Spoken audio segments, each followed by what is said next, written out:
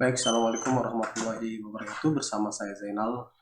Sore hari ini saya akan mereview tentang bagaimana menggunakan software tools untuk geografis informasi sistem, yaitu menggunakan Quantum GIS.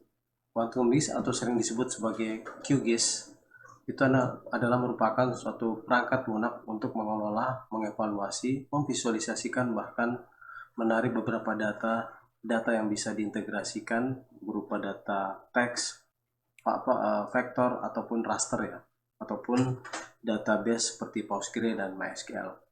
Nah, pada pertemuan sore hari ini saya akan memperkenalkan lembar kerja dan settingan awal pada Quantum GIS. Baik, seperti apa itu? Kita langsung buka saja aplikasi tool Quantum GIS. Pada Quantum GIS saya menggunakan versi 336 atau Maidenhead ya. Kalau yang versi 32 atau 30 atau 310 itu pun memiliki slogan-slogan yang berbeda. Dan Quantum GIS ini adalah merupakan aplikasi software tools yang lisensi di bawah naungan GNU atau free lisensi atau open source, dan siapapun boleh menggunakan. Kelebihan daripada aplikasi ini yaitu memiliki plugin yang bebas digunakan dengan beberapa ratus plugin yang bisa digunakan atau diintegrasikan ke dalam software tools ini. Untuk kekurangan daripada Quantum GIS ini karena merupakan open source, Quantum GIS ini biasa digunakan atau berupdate berkala. Jadi ada yang LTR ataupun yang menggunakan standalone itu akan berkala dengan versi-versi tertentu. Dan untuk penambahan update paling banyak adalah fitur dan teknologi baru atau plugin baru yang bisa terintegrasi dengan versi yang terbaru. Baik, saya akan membuka halaman lembar kerja baru ya.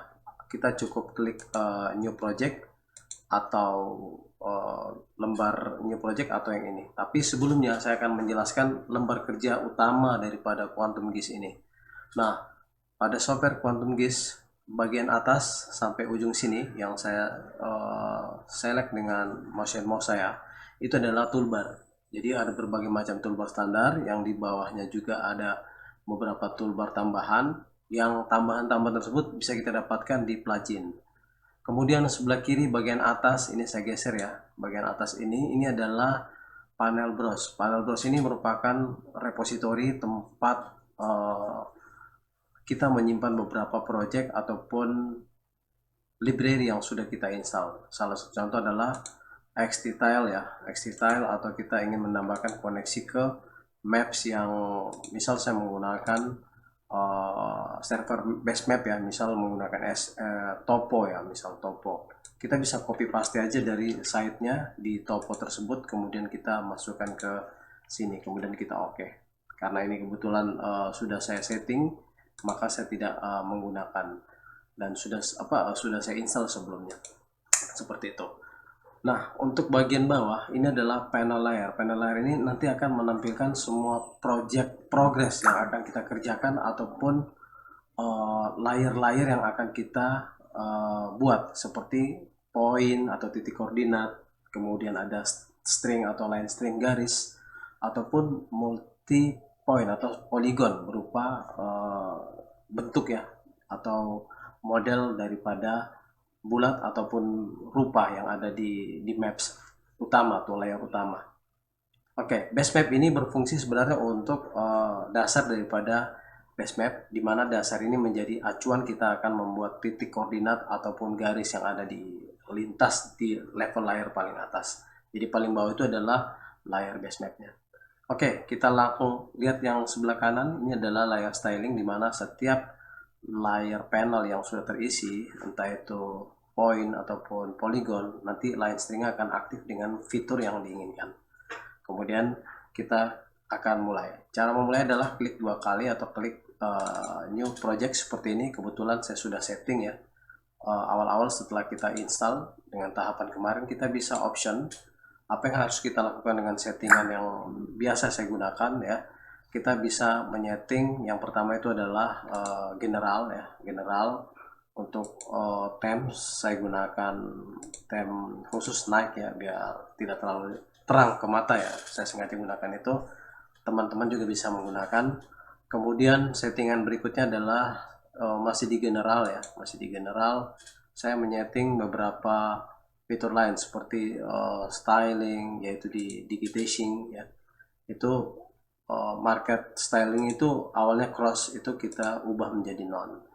Kemudian yang dasar lagi adalah processing. Processing kita bisa klik general. Pada bagian invalid fitur filtering itu awalnya adalah stop algorithm ya. Itu saya ubah menjadi skip ignore fitur with invalid geometris. Jadi seperti ini. Kemudian saya oke. Nah, untuk settingan dasar demikian ya. Nanti kita akan belajar tentang settingan-settingan lainnya. Kita lewati, dan untuk memulai pada aplikasi Quantum GIS ini dengan lembar kerja baru, ini adalah lembar kerja utama. Kita pertama-tama bisa memasukkan data raster atau vektor yang nanti akan dijelaskan pada pertemuan kedua ya, apa itu raster, apa itu vektor, bagaimana format dan bentuk datanya. Namun di sini saya akan coba review tentang implementasi penggunaan Quantum GIS. Jadi kita akan coba masukkan data vektor ya, bukan raster, yaitu vektor. Kemudian kita akan olah, misal saya ambil data batas provinsi. Yang kita ambil adalah format .shp atau shaper file. Oke, kita add, ya, kita close. Nah, maka formatnya akan terlihat seperti ini. Dan ini tidak memiliki base map, nggak ada peta apa-apa yang menjadi acuan. Supaya kita bisa mudah, saya berharap nanti ini sebelum kita mengisi atau mengimpor data peta yang sudah ada, kita perlu mengaktifkan OSM standar maps-nya. Jadi nanti di atas layar utama ini ada layer yang tadi saya masukkan. Kemudian kalau kita mau pakai yang model satelit ya, juga bisa kita gunakan yang seperti ini. Kita gunakan yang satelit aja ya. Oke, kemudian yang berikut kita lanjut lagi ke memasukkan data shaper file tadi ya. Kita masukkan shaper file, kemudian kita open dan add. Nah, kita lihat ya. Jadi dia akan menimpa layar utama, dan ini merupakan acuan bahwa peta yang akan kita oprek, yang akan kita sesuaikan, visualisasikan itu sesuai dengan peta real geometris yang diambil dari S3 satelit yang sudah tadi saya sampaikan ya. Jadi S3 satelit itu ada daftarnya seperti ini ya. Ini S3 satelit, kita ambil di geometris ya, di link resminya. Kemudian street juga demikian, untuk karton positron dan seterusnya juga demikian.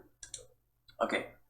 Untuk memudahkan, kita bisa melakukan beberapa sedikit trik manipulatif visual, yaitu kategori, agar kita bisa tahu ini berdasarkan provinsi ya. Kita klasifikasi, nanti otomatis akan berwarna sesuai dengan ini. Misal kita berada di Kalimantan Selatan ya, itu kalau saya kasih gini, dia terlihat bahwa wilayah Kalimantan Selatan berada di posisi ini.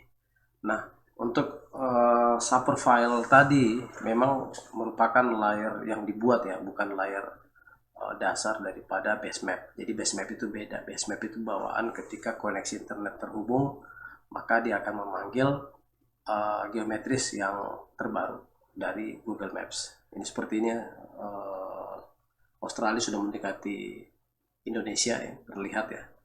Nah, kita bisa mengolah misal di wilayah Kalimantan Timur ya.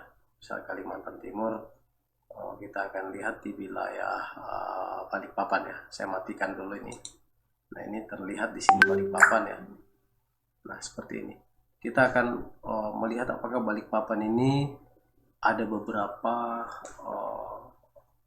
lahan kosong dari wilayah administratif. Ya, kita tidak tahu ya. Tapi kalau kita sudah buat satu Kalimantan, kemudian kabupaten kota sampai kecamatan, itu kan terbagi lagi. Jadi kita akan mengetahui layar-layar ini di mana batas-batas wilayahnya, dan tujuannya seperti itu. Nah, untuk pengelolaan infografis pada pertemuan berikutnya, setelah pengenalan lembar kerja dan sedikit trik tentang impor data, nanti kita akan lanjutkan di pertemuan yang berikutnya. Saya Zainal. Assalamualaikum warahmatullahi wabarakatuh.